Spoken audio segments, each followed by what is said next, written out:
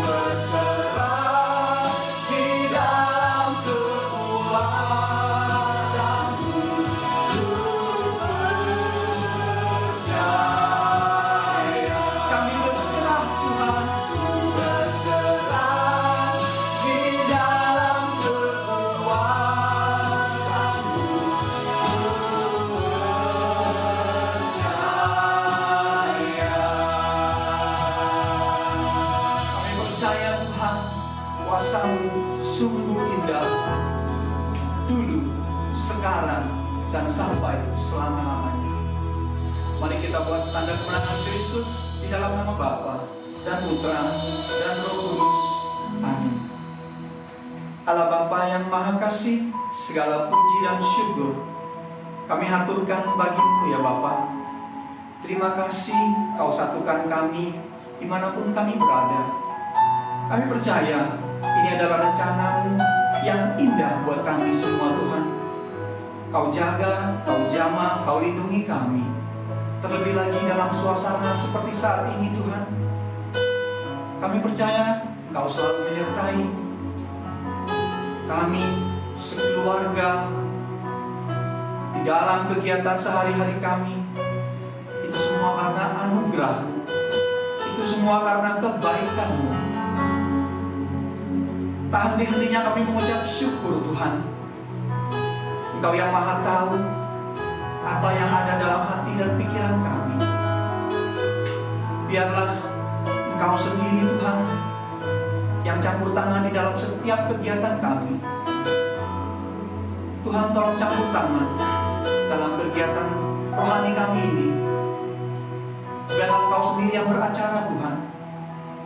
Saat ini Kau kirimkan hamba-Mu Ibu Sri di tengah-tengah kami untuk membagikan firman-Nya yang kami percaya Tuhan itu datang daripada Engkau sendiri. Kami mau duduk diam Tuhan untuk mendengarkan firman-Nya. Kau berkati segala apa yang diucapkan Ibu Sri itu datang daripada Engkau sendiri. Biarlah kuasa Roh Kudus-Mu menyertai senantiasa. Segala puji dan syukur kami haturkan bagi nama Yesus Kristus, Tuhan dan pengantara kami. Amin. Di dalam nama Bapa dan Putra dan Roh Kudus. Amin. Oke, terima kasih banyak untuk tim pujian Klasis Shekinah sudah membuka acara sesi pertama hari ini dengan pujian dan juga doa pembuka. Tanpa menunggu lebih lama lagi, sudah bergabung bersama kita Ibu Sri Wahyuni yang akan memberikan materi pada hari ini. Kepada Ibu Sri Wahyuni, waktu dan tempat saya persilakan. Selamat malam Bapak Ibu sekalian, saudara-saudariku yang dikasihi Tuhan. Kita berjumpa kali ini di dalam rekoleksi penyembuhan online.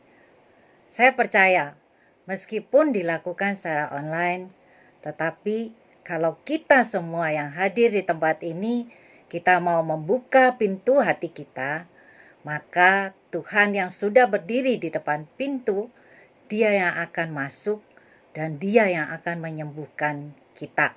Amin. Mari saudara, sebelum kita memulai rekoleksi kita pada malam hari ini, terlebih dahulu saya akan memperkenalkan diri. Saya Sri Wahyuni, saya bertempat tinggal dan berasal dari Paroki Kedoya di Jakarta Barat. Saya ibu dari 3 orang anak, istri dari 1 orang suami. Ya. 3 orang anak yang sudah dewasa dan 2 menantu. Itu perkenalan singkat saya. Nah, kita akan mulai sesi pertama kita, yaitu diberi judul Siapakah Aku? Atau lebih dikenal dengan yang bahasa kerennya ya, Who am I? Kalau kita berbicara mengenai siapa aku, kita berbicara mengenai gambar diri kita atau self-image. Apa itu gambar diri? Gambar diri adalah gambaran yang dimiliki oleh seseorang tentang dirinya dan pandangan orang lain yang dia setujui menjadi miliknya. Nah, gambar diri ini meliputi watak, karakter, sikap. Ada orang yang lemah lembut, ada orang yang penyabar, ada orang yang berpendirian kuat, ada orang yang punya karakter dominan, ada orang yang sikapnya sangat ceroboh, ada orang yang sikapnya mudah lagi marah, ya. Ada orang yang punya karakter mudah menyerah. Nah, ini meliputi gambar diri kita. Ini juga menentukan siapa diri kita. Next slide ya. Nah, next slide, Tin. Kecuali kepribadian, watak, dan sifat, kelebihan dan kekurangan, intelektual, sosial, budaya, latar belakang kita, serta fisik kita, itu juga menentukan gambar diri seseorang. Ada orang yang pintar berbicara, itu kelebihannya ya. Tapi ada orang yang pendiam, sulit untuk diajak berkomunikasi. Ada orang yang dari daerah tertentu misalnya ya, lemah lembut cara bicaranya. Tapi dari daerah lain misalnya, dia bersuara keras, bukan marah, tapi memang suaranya keras gitu. Nah, dari daerah tertentu dia terbiasa dengan suara yang lemah lembut, mungkin dia tinggal bersama keluarga dengan orang tua yang selalu memperlakukan dia dengan lemah lembut, maka dia berbicaranya pun lemah lembut. Bahkan mungkin terinjak kakinya, dia cuman bicara gak apa-apalah, orang gak sengaja gitu ya. Tapi orang lain belum tentu. Bisa dia mengatakan, emang mata lu kemana? Kaki gua segini gede lu gak lihat. Nah, sosial budaya, latar belakang seseorang, apakah dia berasal juga dari keluarga yang cukup berada atau yang secara notabene ekonominya berkekurangan. Ini juga membuat harga diri seseorang atau gambar diri seseorang berbeda. Secara fisik, misalnya ada yang punya fisiknya tinggi, ada yang pendek, ada yang punya hidung yang mancung, ada yang kurang, ada yang matanya sipit, ada yang kulitnya putih atau hitam. Semua bisa kita berbicara. Bahkan kadang-kadang orang mengatakan diri seseorang karena dia nggak punya rambut ya secara fisik, maka kita sebut dia si botak. Atau kalau kita bilang dia lebar badannya ya, atau gemuk, dia katakan juga, aduh itu orang ya badannya segede apa. Nah, ini yang membuat kita menyebutkan gambar diri seseorang. Di samping itu, kemampuan, kecakapan, keterampilan seseorang juga membentuk gambar diri seseorang. Misalnya, ada orang yang mampu untuk mengemukakan pikirannya, apa yang tersimpan di dalam hatinya dengan kata-kata yang pas. Tapi ada juga orang yang tidak mampu. Sebetulnya dia nggak pengen untuk menyakiti hati seseorang. Tetapi kadang-kadang apa yang keluar dari mulutnya membuat orang lain tersinggung, sakit hati. Ya. Dia tidak mampu untuk mengemukakan secara bahasa yang baik. Ada yang terampil membuat sesuatu. Misalnya, ada yang terampil memasak. Orang katakan, ih dia jago ya masaknya. Dia kalau masak selalu enak. Nah, kita katakan, ini loh dia. Kamu kalau mau pesan makanan sama dia. Nah, itu udah membuat gambar diri seseorang. Ya. Ada yang memang jago untuk melukis, ya, atau membuat sesuatu yang orang lain tidak pernah terpikirkan, ciptakan sesuatu. Di sini saya juga punya seorang teman, ya, seorang laki-laki. Kepengen kita semua mengalahkan dia dulu ya. Secara fisik dia biasa-biasa saja ya. Secara keterampilan dia sangat terampil. Secara latar belakang sosial budayanya. Biasa kita semua dari latar belakang yang sama gitu ya. Tapi meskipun dia laki-laki, dia terampil untuk menggambar. Dia terampil untuk menari. Dia terampil untuk seni suara. Dia terampil untuk dia mengarang bunga. Maka kita yang perempuan iri, kok nggak bisa sih saya seperti itu. Nah, seringkali kalau kita mengatakan, kalau ada perlombaan kelas ya, kita ngomong suruh dia aja deh yang maju. Dia toh bisa segala-galanya daripada kita cuma bisa sedikit-sedikit. Nah, kepribadian, watak, sikap, ya, kelebihan, kekurangan, keintelektual orang, sosial budaya orang, latar belakang, fisiknya, kemampuan, kecakapan, dan keterampilan seseorang itu juga yang menggambarkan diri seseorang. Nah, kita maju ke slide yang berikutnya.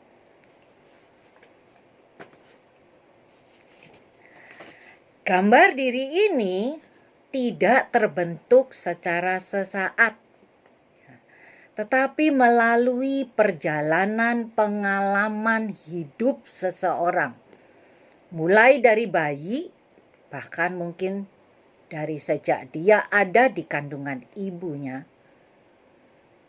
lahir menjadi anak-anak dan remaja sampai dewasa, gambar diri ini akan berkembang secara dinamis dan bersifat subjektif. Contohnya, ada seorang anak, ada seorang anak yang pada waktu masa kecilnya dia terkenal sangat penakut. Dia dilahirkan di tengah-tengah keluarga di mana ayah ibunya adalah seorang pedagang di pasar, ya, berjualan di pasar. Saat anak-anak dia sering melihat orang tuanya seringkali ditekan oleh yang suka nagih tuh di pasar, ya, iuran. Ya. Kalau nggak bisa bayar hari itu orang tuanya kena dimarah, kena diancam. Ya. Pada waktu kecil dia ke kamar mandi aja dia perlu untuk ditemani. Tapi perjalanan hidup dia seringkali dia melihat sendiri orang tuanya mendapat tekanan. Dan bahkan fisik dia yang cukup besar, ya, dibandingkan anak-anak seumurnya, dia lebih gemuk. Bahkan dia sering kali dibully, diejek. Ya. Maka lama-kelamaan gambar diri yang tadinya dia penakut berkembang terus-menerus. Bagaimana dia berpikir untuk bisa melindungi kedua orang tuanya. Maka dia setelah dewasa, setelah dia mengalami ini semua, dia belajar bela diri. Ya. Bahkan dia sampai pergi ke goa, kemanapun dia tuntut ilmu untuk bisa membekali dirinya. Maka setelah dewasa, orang mengenal bahwa dia bukan pribadi lagi yang penakut, tapi dia bahkan mampu menjadi kepala dari segerombolan preman. Bayangkan ya, ini yang tadi katakan bahwa gambar diri itu berjalan dari pengalaman hidup seseorang. Ya. Bisa berubah, iya. Mungkin secara dewasa, setelah dewasa, seseorang yang tadinya lemah lembut, sangat mengasihi, penuh dengan cinta. Tetapi pada saat dia menikah, dia mengalami hal yang tidak enak di dalam pernikahannya. Maka gambar dirinya pun bisa berubah. Bagaimana yang tadinya sosok pribadi yang lembut, sekarang menjadi pribadi yang gampang pemarah, kecewa akan hidupnya. Kenapa mendapat pasangan yang sangat menyakiti hati dia? Ini yang dikatakan gambar diri kita tidak tetap. Dari anak-anak, dewasa, remaja, sampai dewasa. Dikatakan juga gambar diri ini adalah subjektif. Artinya apa? Orang melihat satu orang, mungkin dia cantik, dia katakan cantik. Belum tentu yang lain juga melihat yang sama. Ya, ibu ini cantik. Ibu ini penyabar. Ibu ini sangat perhatian. Tapi orang lain lagi belum tentu mengatakan hal yang sama. Mungkin pengalamannya dengan si ibu itu menentukan dia memberikan pandangan yang berbeda terhadap ibu itu. Dikatakan apanya yang sabar. Sedikit aja dia udah gampang marah. Sedikit aja dia gampang tersinggung. Nah, ini yang dikatakan gambar diri itu subjektif sifatnya. Kita lanjutkan ya di slide yang berikut. Apa sih yang mempengaruhi terbentuknya gambar diri? Gambar diri seseorang tadi dikatakan berjalan dari masa dia ada di dalam kandungan, anak-anak, remaja, sampai dewasa. Nah, pasti kita berhubungan selama ini dengan banyak orang, ya. Jadi yang mempengaruhi gambar diri pertama-tama ada relasi kita dengan orang tua, saudara kandung, teman sebaya, dan nantinya mungkin teman-teman yang lain. Ya. Apakah seseorang ini merasa diterima, dikasihi, dihargai, atau dipuji? Contohnya, pada saat dia masih ada di dalam kandungan ibunya, ya, ada pandangan yang salah bahwa anak laki-laki itu lebih berharga daripada anak perempuan. Ya. Kalau anak laki-laki itu akan membawa nama keluarga sampai kapanpun. Ya. Tapi kalau anak perempuan, percuma punya anak perempuan.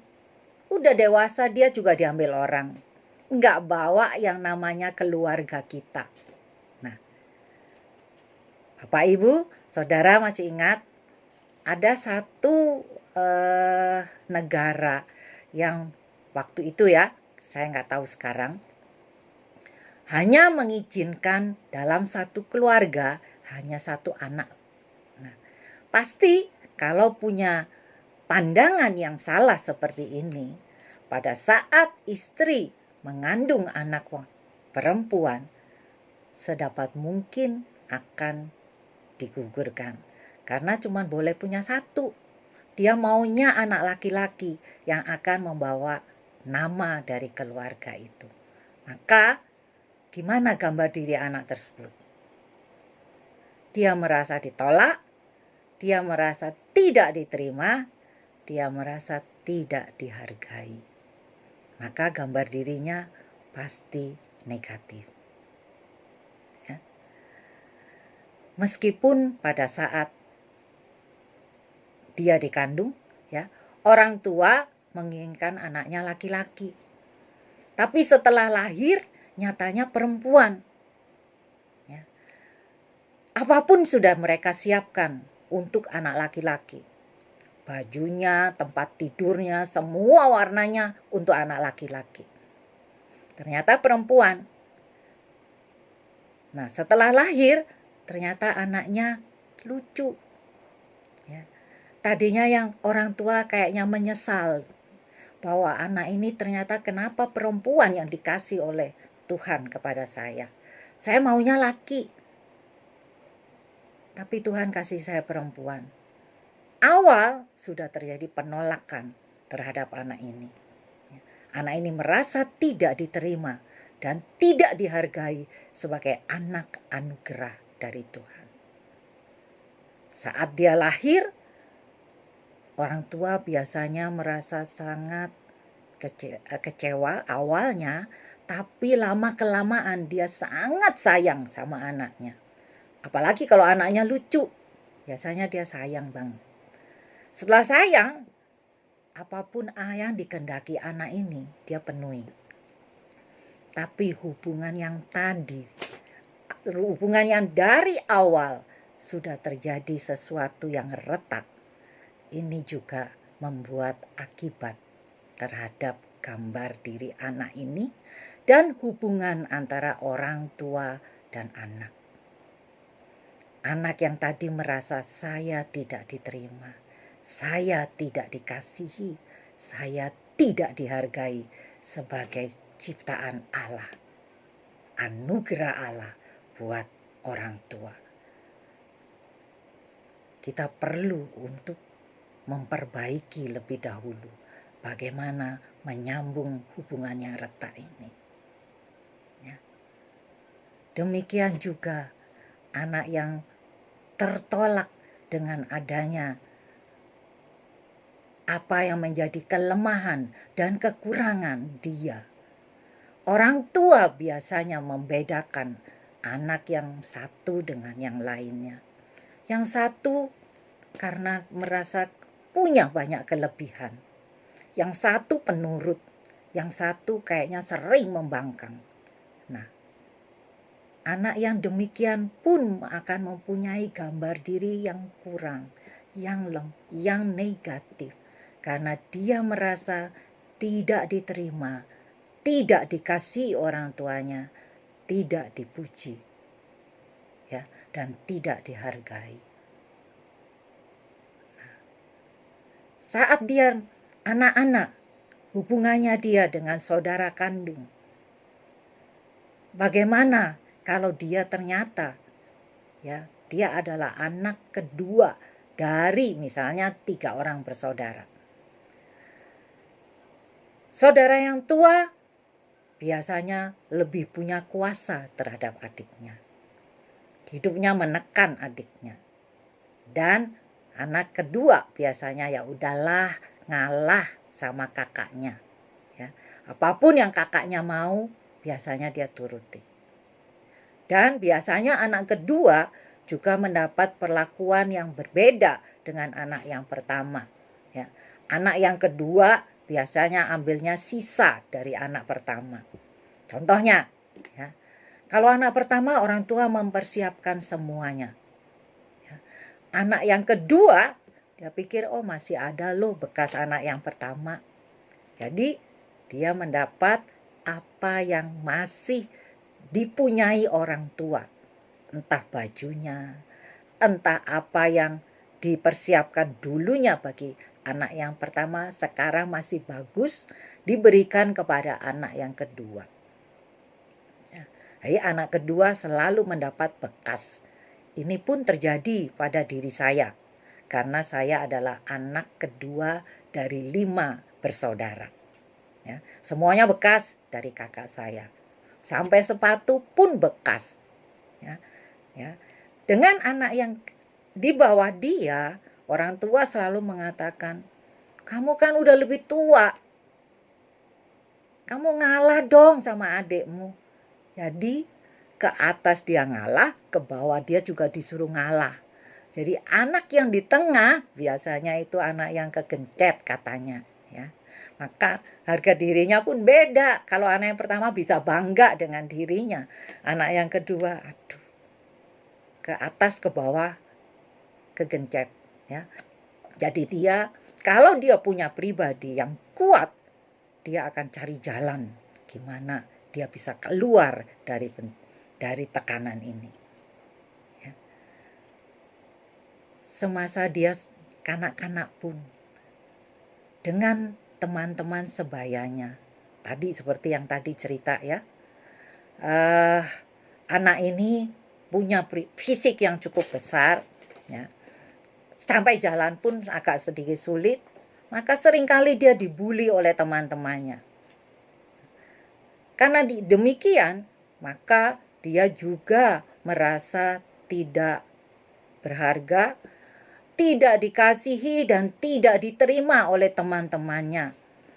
Maka gambar dirinya pun tidak seperti anak yang betul-betul dihargai, diterima, dan dikasihi oleh teman-teman yang lainnya. Apalagi setelah dewasa, dia pun juga mendapat perlakuan yang sama.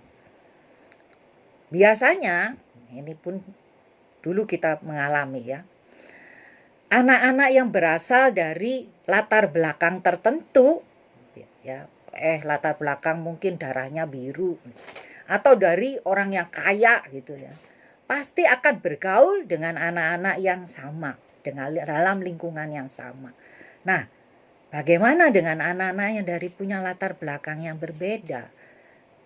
Dengan saudara, dengan teman kandung dengan teman sebayanya, dia merasa tersingkirkan. Dia hanya bisa bergaul dengan teman-teman yang senasib. Ya. Nah, sekarang bagaimana relasinya dengan Tuhan?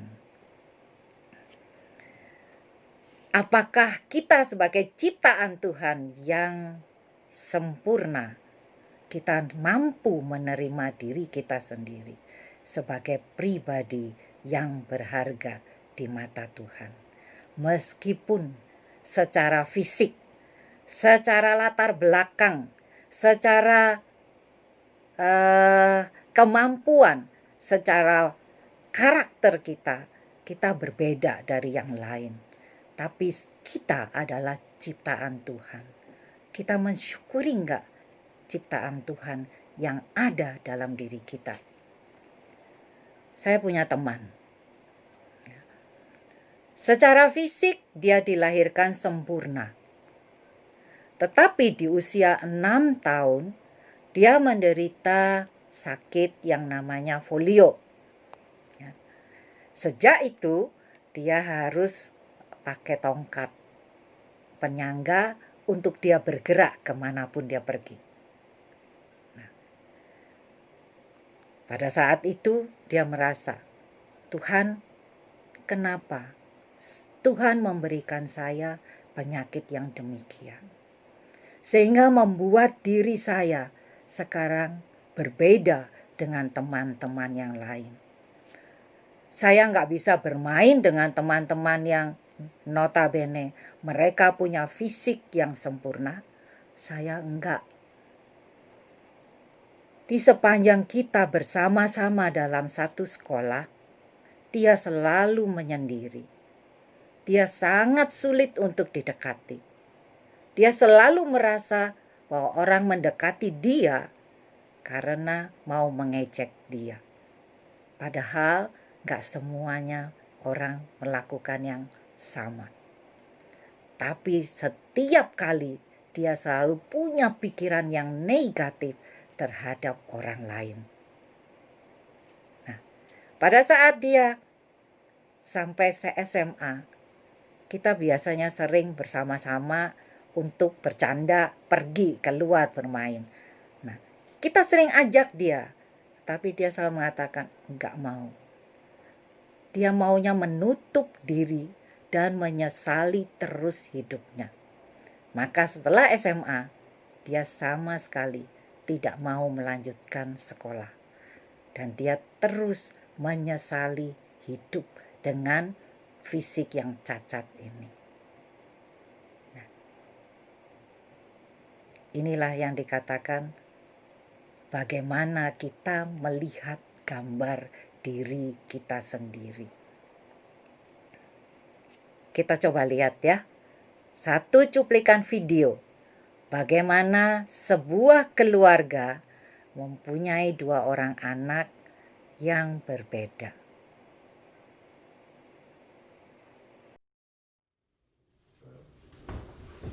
Mary, you're not going to believe it. Our son is going to be a star athlete. Wow, it went that well? Oh, well, he only got the final buzzer beater, basically won the whole game. Dad, you're embarrassing me. Hey, Dad, can you help me with my homework? No, I'm sorry, sweetie. I'm kind of busy with your brother here. Why don't you ask Mom? But I want you to help me. Aubrey, not right now, okay? We're talking about how well your brother did. Honestly, you should have seen him out there. He was just amazing. That is so great. Good job, Kevin. Well, I've got the report cards, so everybody gather around. Okay. All right, we've got Kevin's. Straight A's? Oh, good job. All right, I'm very proud of you. You know what? Just for this, I'm going to take you out to ice cream. Hmm? Yes. Good shower. Get ready. Come on. Thanks, Dad. Yep. Okay, now we have Aubrey's.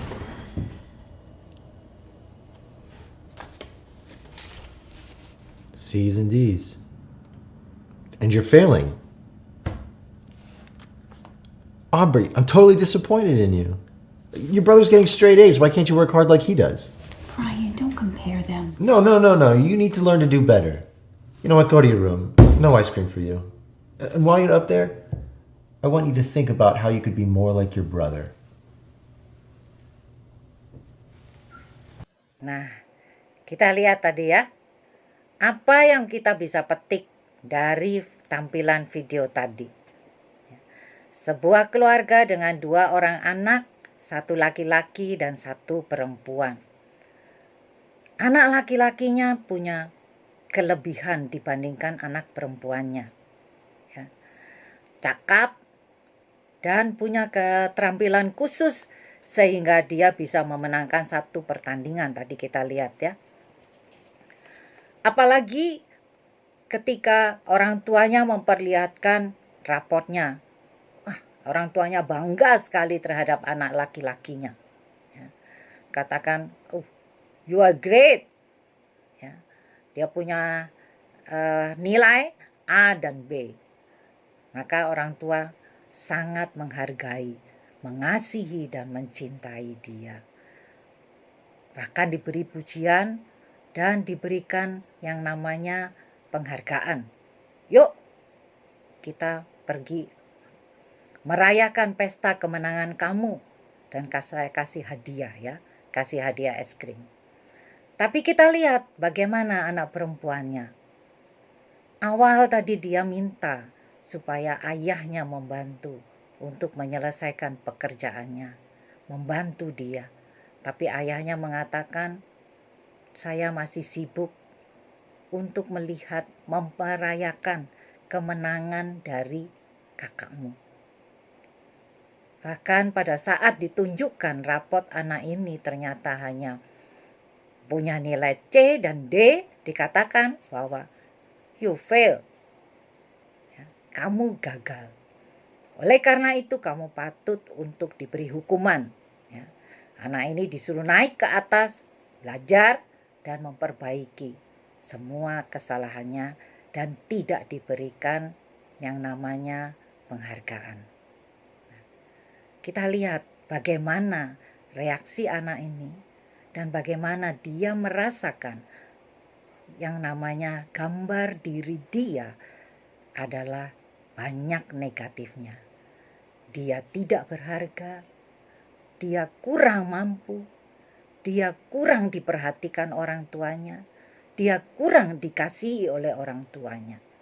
Nah, kalau kita lihat ini, kita akan bisa mengatakan bahwa gambar diri ada yang positif, ada yang negatif. Slide yang berikut.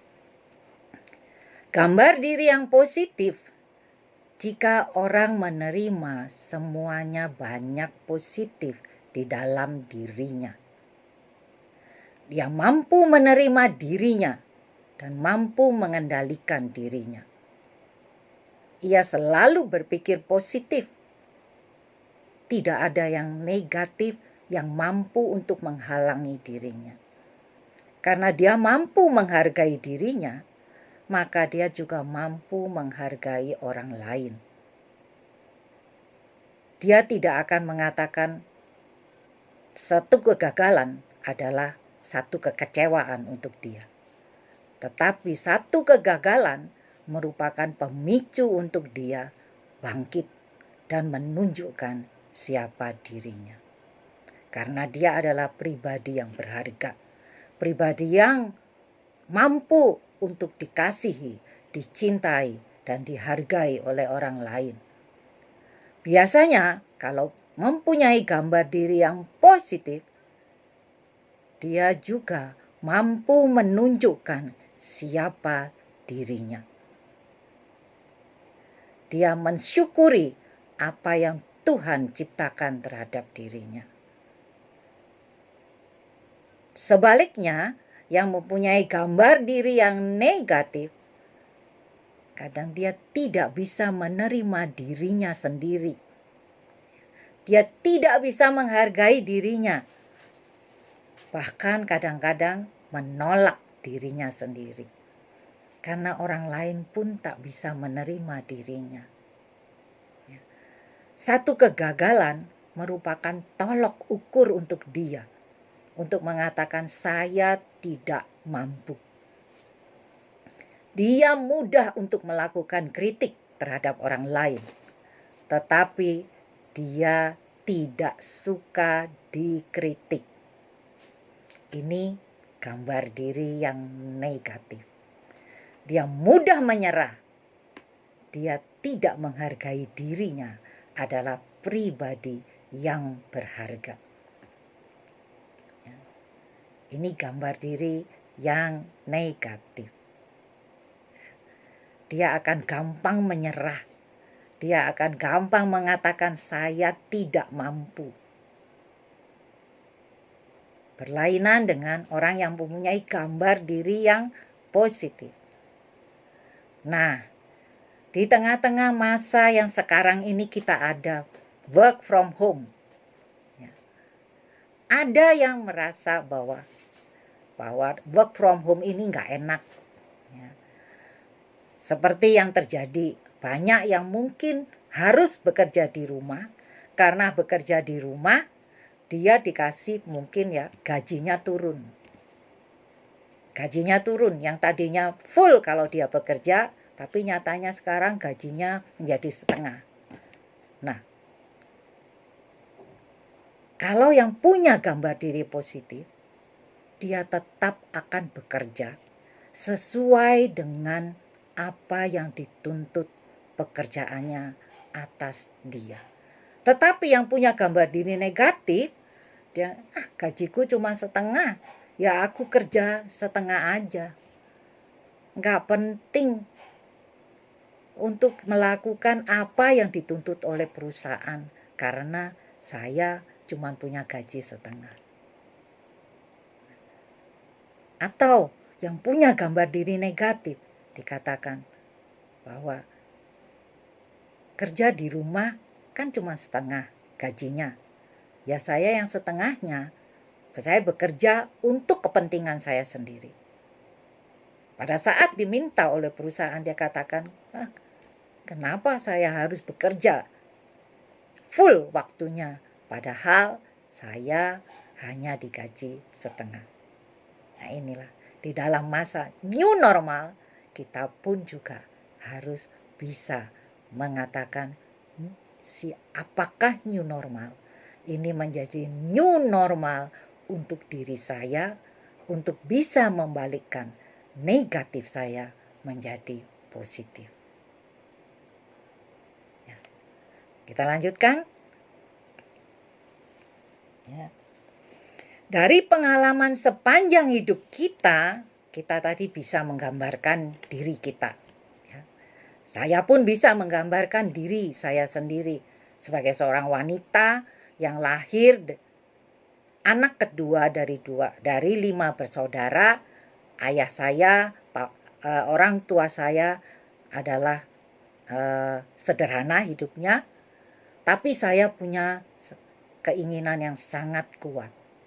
Dulu saya selalu mengatakan, apa yang saya mau, itu yang saya kejar. Dan pandangan orang tua, tadi katakan bahwa pandangan diri orang atau pandangan orang lain terhadap diri kita setujui sebagai diri kita, itu juga menjadi pandangan atau gambar diri kita. Nah, orang tua saya dulu juga mengatakan bahwa saya ini orang yang keras kepala. Kalau sudah mau, sulit untuk dirubah. Dan ini saya iyakan. Maka pada saat saya dewasa atau saya setelah lulus kuliah, orang lain, anak perempuan biasanya nggak mau pergi kemana-mana. Ya, saya kuliah di Bandung, saya semuanya maunya kerjanya di Jakarta. Tapi saya enggak. Saya mau keluar pulau.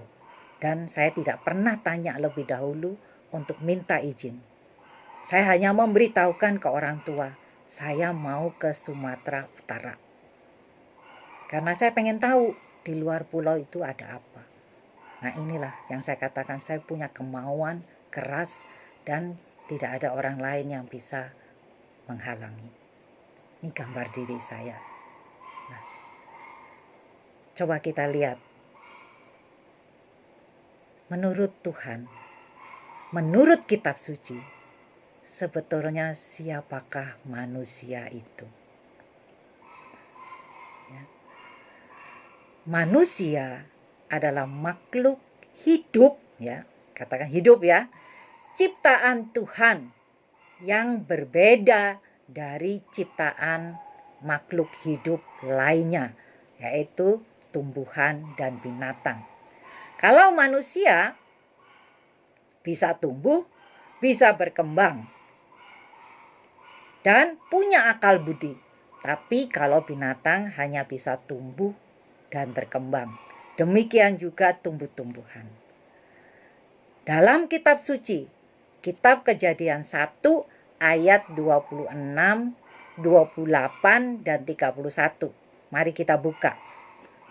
Kejadian 1 ayat 26, 28, dan 31. Kita baca ya bersama-sama ya.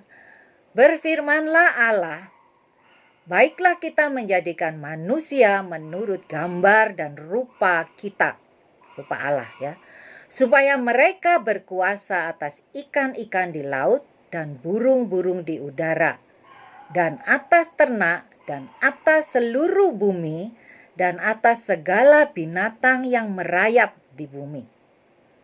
Ayat ke-27, maka Allah menciptakan manusia itu menurut gambarnya. Menurut gambar Allah diciptakannya dia, laki-laki dan perempuan. Diciptakannya mereka, baik laki-laki maupun perempuan. Sama ya, menurut gambar Allah. Tidak ada yang lebih. Allah memberkati mereka. Lalu Allah berfirman kepada mereka, beranak cuculah dan bertambah banyak. Penuhilah bumi dan taklukkanlah itu. Atas ikan-ikan di laut, burung-burung di udara, dan atas segala binatang lain yang melata di bumi. Maka Allah melihat segala sesuatu yang dijadikannya itu sungguh amat baik. Bukan hanya baik ya, tapi sungguh amat baik. Kalau ciptaan Allah yang lainnya dikatakan baik adanya, tetapi Allah menciptakan manusia dikatakan sungguh amat baik. Kenapa sungguh amat baik? Slide yang berikut.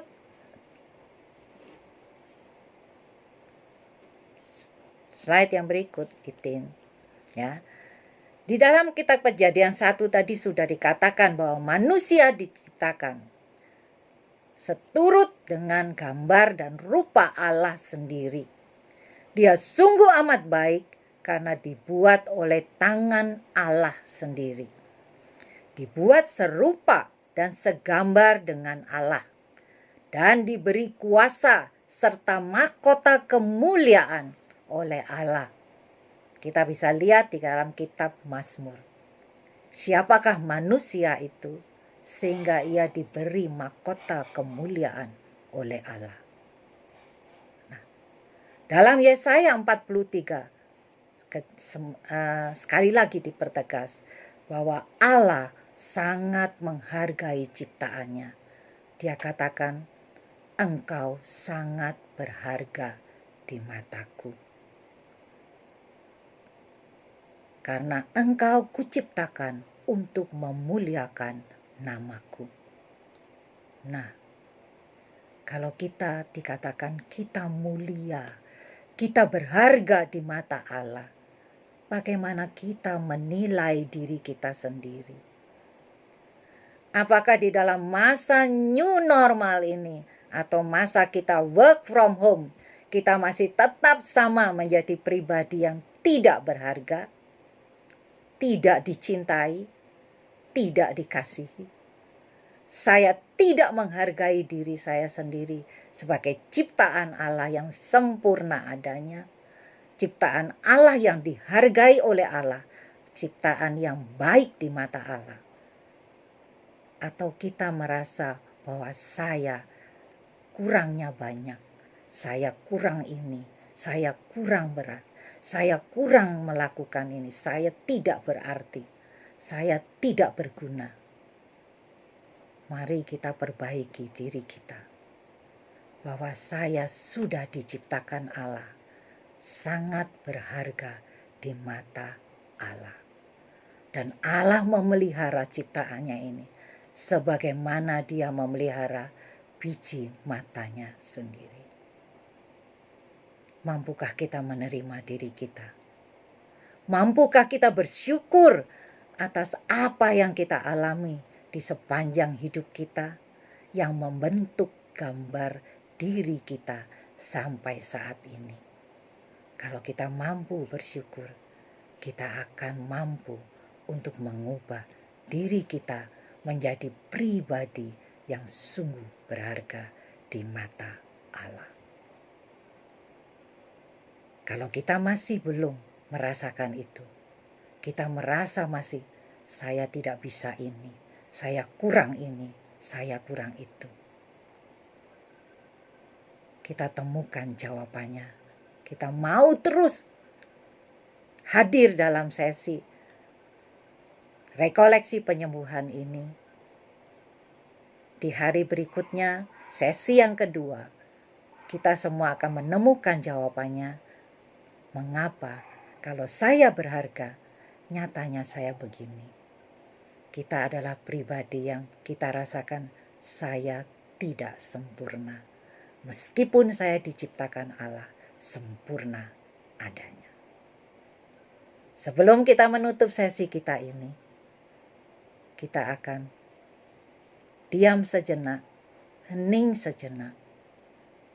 Kita coba menelusuri hidup kita dari sejak kita ada di dalam kandungan ibu kita sampai saat ini.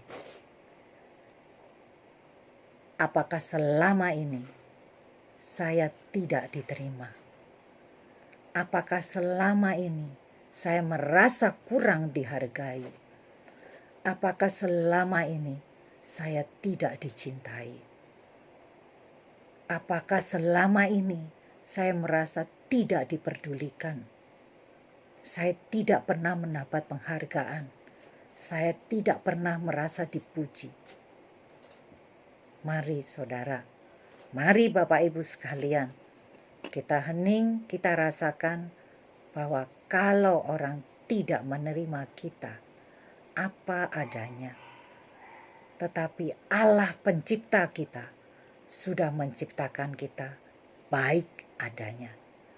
Syukuri semuanya, dan nantinya kita akan bisa mengatakan, terima kasih Tuhan. Apa yang saya alami selama ini, yang sudah membentuk diri saya menjadi seperti ini, saya mau sekarang berubah.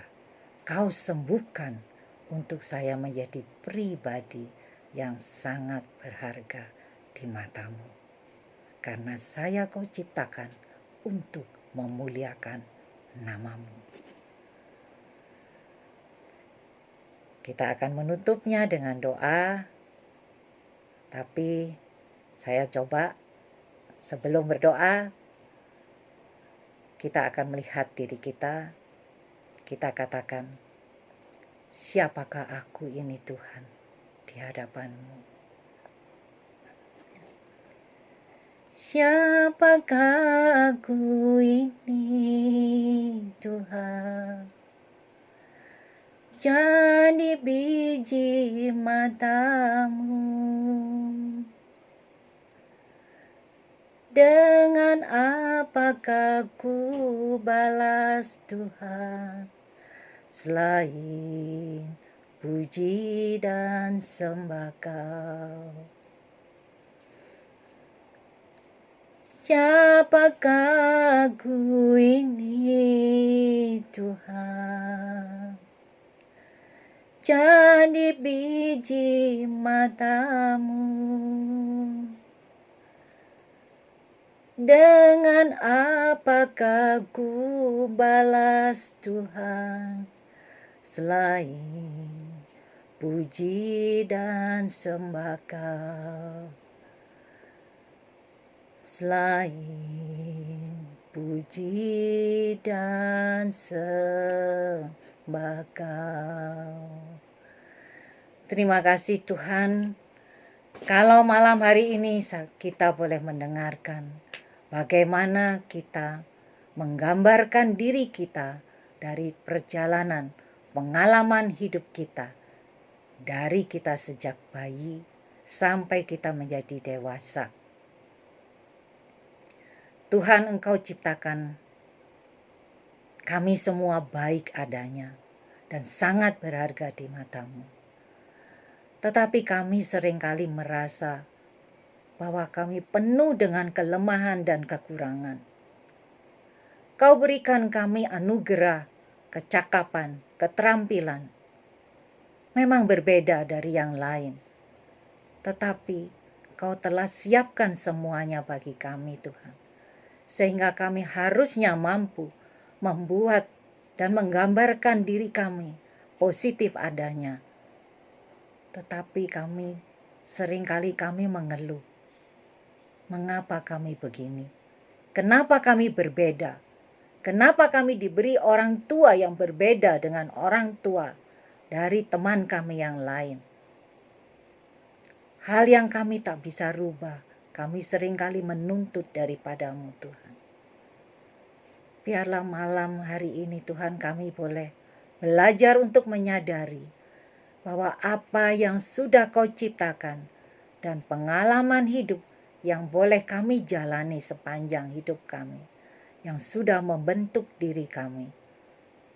Kami mau syukuri, kami mau imani bahwa semuanya Engkau yang menenun, Engkau yang memelihara hidup kami. Bahkan Engkau sendiri Tuhan yang mengizinkan kami untuk membentuk kami menjadi pribadi yang semakin hari semakin berharga, semakin dapat memuliakan nama-Mu. Sertai kami ya Tuhan, beri kami kesempatan, beri kami waktu untuk kami boleh memperbaiki diri kami. Biarlah gambar diri yang tadinya penuh dengan yang negatif, kami akan mau Kau ubah menjadi pribadi yang semakin hari semakin positif dan semakin hari menjadi berharga dan sanggup untuk memuliakan nama-Mu. Terima kasih ya Tuhan untuk hari ini. Kami akan tetap untuk hadir dan ikut acara ini sampai kami selesai dan Kau sembuhkan. Kami naikkan syukur dan doa kami ini dengan perantaraan Kristus, Tuhan, Juru Selamat dan Pengantara kami. Amin. Dalam nama Bapa, Putra, dan Roh Kudus. Amin. Terima kasih. Selamat malam. Tuhan memberkati. Terima kasih banyak Ibu Sri, luar biasa sekali untuk materi dan firman-Nya. Jujur aku secara pribadi jadi tersentuh banget sih, kembali diingatkan lagi ya Bu Sri, mungkin saudara-saudari semua viewers yang sedang menonton acara rekoleksi ini, bahwa jangan lupa kalau kita itu, gambar diri kita itu adalah sesuatu yang sudah Allah sendiri ciptakan gitu ya. Kalau pribadi kita itu Tuhan yang ciptakan, kita yang diberikan kemuliaan, Tuhan memberikan mahkota kemuliaan untuk kita, dan Dia sendiri yang menjadikan kita sebagaimana rupanya Dia sendiri gitu ya Ibu ya, dan para viewers semua. Jadi suatu yang mengingatkan lagi ke kita kalau segala sesuatu kita serahkan lagi kepada Allah, bagaimana kita bisa terus memandang diri kita ini positif sebagaimana Allah inginkan, Allah jadikan kita baik adanya, kayak gitu. Tadi aku juga tersentuh sih sama sharingnya Ibu Sri yang memberikan contoh new normal ya gitu. Mungkin kalau kita bisa relatekan dengan viewers, mungkin ada yang di masa new normal ini kehilangan pekerjaan, atau juga bisa dibilang tadi seperti yang Ibu Sri bilang, mengalami pemotongan gaji gitu ya. Tapi bagaimana kita harus kembali lagi memaksimalkan potensi yang Tuhan kasih. Kalau memang kita digajinya separuh, ya kita tetap memberikan performa terbaik gitu di dalam kerja kita, gitu, di dalam karya kita sehari-hari. Sungguh suatu yang luar biasa, Ibu Sri, untuk materi dan firman-Nya. Seperti kembali diingatkan, seperti kembali lagi kayak Tuhan menegur gitu, supaya selalu semangat dan positif menjalani kehidupan. Oke, untuk materi hari ini, para viewers semua, saudara-saudari, sudah selesai. Jangan lupa nih, aku mau ngingetin lagi, sekali lagi, kita di hari keempat itu ada sesi Q&A atau tanya jawab. Nah, maka itu jangan lupa untuk diklik link di bawah ini yang sudah ditampilkan, bisa sambil nanti diisi pertanyaannya. Jika dari sesi yang dibawakan Ibu Sri tadi timbul pertanyaan, ingin ditanyakan, ingin dijawab nanti di hari keempat, boleh drop pertanyaan, juga boleh ditulis di comment box gitu.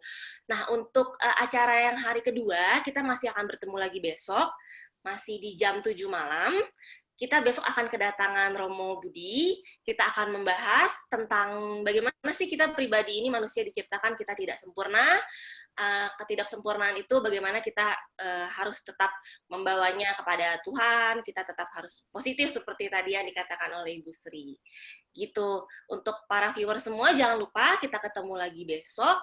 Jangan lupa tetap stay tune di YouTube channel kita untuk tetap bisa mengikuti hari kedua, kemudian nanti sampai hari terakhir.